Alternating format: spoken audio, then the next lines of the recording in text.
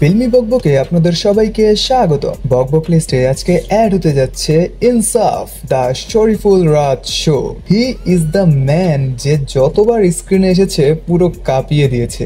বলে রাখি এটা একটা নো স্পয়লার মুভি রিভিউ, যা আপনাকে মুভি দেখতে ইন্টারেস্টেড করবে দ্বিগুণ। সো দেরি না করে শুরু করি। ইনসাফ মুভিটা মূলত একটা গ্যাংস্টারের মুভি, যেটা আপনারা ট্রেলার দেখে কম বেশ আন্দাজ করতে পেরেছেন। এখন কথা হচ্ছে একজন বিসিএস পরীক্ষার্থী কিভাবে গ্যাংস্টার হলো, বা একজন দাগি গ্যাংস্টার 5 বছর পর ব্যাক করার পিছনের কারণ আনুষঙ্গিক সবটা আপনি মুভি না দেখলে বুঝতে পারবেন না। আর কিছু কিছু মুভি থাকে না যা আমাদের মনে দাগ কাটে, ইনসাফ ঠিক তেমনই একটা মুভি। এই মুভিতে আপনারা দেখতে পাবেন ভালোবাসা, প্রতিশোধ আর রাজনীতির কুটো চাল যে কতটা ভয়ঙ্কর হতে পারে তা সবটা। এছাড়া শরীফুল রাজের 3টা লুক, একজন সাধারণ যুবক, একজন চিত্রশিল্পী এবং একজন দুর্ধর্ষ গ্যাংস্টার, এবং প্রত্যেকটার জন্য আলাদা আলাদা বিজিএম, সব মিলিয়ে।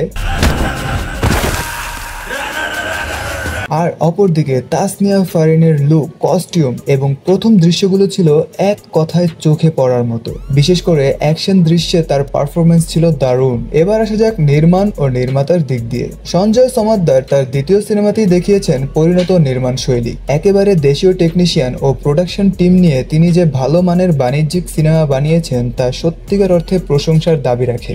গল্পের গতি ছিল একদম টানটান, আর কমার্শিয়াল কাঠামোয় নাটকীয় টুইস্ট এবং গভীরতাও ছিল অত্যন্ত সুন্দরভাবে মেশানো।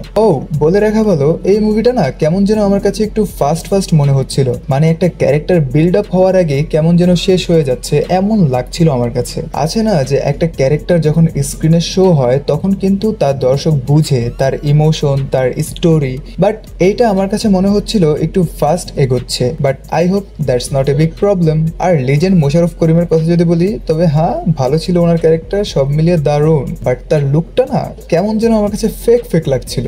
আই হোপ ওনার লুকে একটু মনোযোগ পোষণ করা প্রয়োজন ছিল। বাট ওভারঅল তাণ্ডবের পর Insaf is too good film to watch. এবং এই মুভির শেষে একটা সারপ্রাইজ আছে, যেটা আমিও বলবো না, আর যারা গেস করেছেন তারা কমেন্ট সেকশনে জানান, দেখি কারটা সত্য হয়। আজ এই পর্যন্তই। ফিল্মি বকবকে নতুন হয়ে থাকলে সাবস্ক্রাইব অ্যান্ড ফলো করে নেবেন, কেননা আমরা শেয়ার করি ফিল্ম রিলেটেড সব লেটেস্ট আপডেটস। ধন্যবাদ, আলবিদা।